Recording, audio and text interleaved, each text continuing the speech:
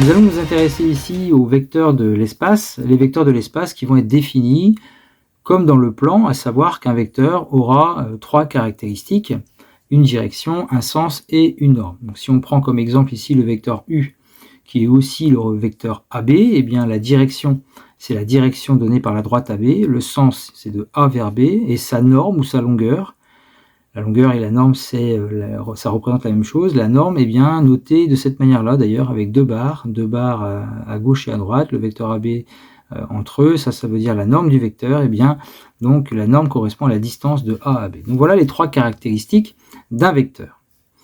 Maintenant, égalité de deux vecteurs. Deux vecteurs sont égaux s'ils ont même direction, même sens et la même longueur, même norme.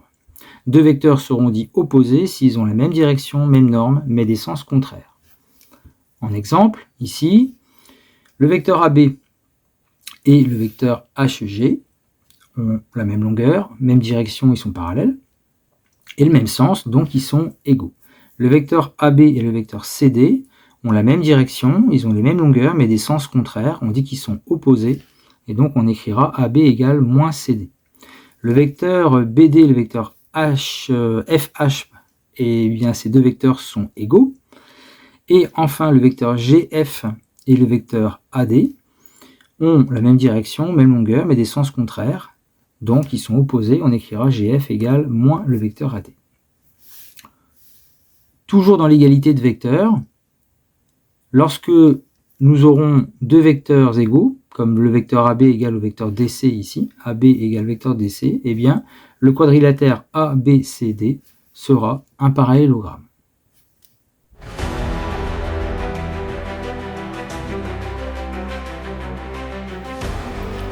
Dans l'addition de vecteurs, on va déjà retrouver deux règles. D'abord, la règle de ce qu'on appelle la relation de Schall, qui nous donne la somme suivante. Un vecteur AB plus un vecteur BC va former le vecteur AC.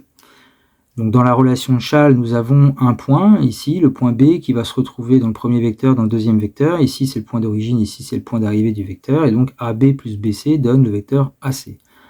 Que l'on peut voir ici dans l'espace, le vecteur AB plus le vecteur BC va donner le vecteur AC. Une deuxième règle qu'on appelle la règle du parallélogramme, où là, cette fois-ci, on va ajouter deux vecteurs qui vont avoir le même point d'origine, donc AB plus AC, AB plus AC. Et cette fois-ci, pour avoir le vecteur somme, on construit un parallélogramme ayant pour côté AB et AC. Et le vecteur somme eh bien, est un vecteur qui va démarrer du point A, c'est-à-dire le point d'origine des deux vecteurs à ajouter, et va former en fait une diagonale du quadrilatère ainsi formé ou du parallélogramme ainsi formé. Donc on a AB plus AC qui donne le vecteur AD, qu'on retrouve aussi dans l'espace ici, le vecteur AB plus le vecteur AC, donc ils partent tous les deux du même point A. On construit le parallélogramme formé à partir du côté AB et AC, et le vecteur somme est la diagonale qui part du point A pour rejoindre l'autre point ainsi construit, et donc ça donne le vecteur AD ici dans cette espace. Il existe néanmoins une troisième règle, à savoir que si on veut ajouter, par exemple ici dans ce cube, le vecteur AB plus le vecteur EF, alors le vecteur EF il est dans la face qui est derrière, et bien là on va faire ce qu'on appelle construire un représentant de l'un des deux vecteurs, c'est-à-dire que par exemple le vecteur AB, un représentant c'est un vecteur qui lui est égal, donc on va choisir par exemple le vecteur ici qui s'appelle KE, et donc ajouter le vecteur AB avec le vecteur EF, ça revient à ajouter le vecteur KE avec le vecteur EF, puisque le vecteur KE est égal au vecteur AB. Le vecteur KE est appelé un représentant du vecteur AB. Et donc le vecteur après, le vecteur somme KE plus EF, eh bien là vous avez ici la relation de Schall qui va vous donner le vecteur KF.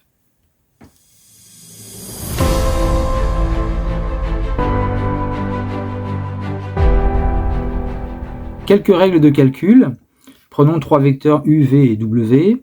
Ajouter le vecteur U et V, puis ajouter le vecteur W revient à la même chose que prendre le vecteur U et l'ajouter à la somme des vecteurs V et W.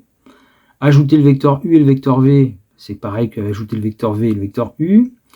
Ajouter le vecteur nul. Alors le vecteur nul, c'est un vecteur qui n'a pas de longueur, on appelle ça le vecteur nul. Le vecteur u plus le vecteur nul, c'est le vecteur u, voilà.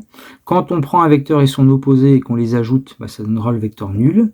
Et puis, on l'a déjà rencontré, un vecteur u qui s'appelle AB, son vecteur opposé s'appelle BA.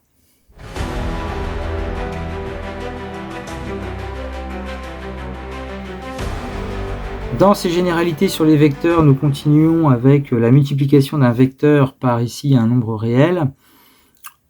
La règle est que lorsqu'on multiplie un vecteur par un nombre, eh bien déjà on aura un vecteur qui géométriquement sera parallèle au premier vecteur. Maintenant, si on multiplie par un nombre positif, eh bien le sens sera le même. Si on multiplie par un nombre négatif, le sens sera contraire. Et la longueur aussi va être changée du fait du coefficient multiplicateur. Donc, par exemple, si on prend dans cette figure, placer les points M et N pour que le vecteur EM déjà soit égal à 1,5 de AB. Donc on a le vecteur AB qui est ici. On le multiplie par 1,5. 1,5 est positif, donc le sens de EM sera le même que le sens du vecteur AB. Et la longueur du vecteur AB va être multipliée par 1,5, autrement dit on va la diviser par 2. Donc, ce qui fait que le point M ici sera au milieu du segment EF, puisque ici vous avez le vecteur EM qui a la même direction.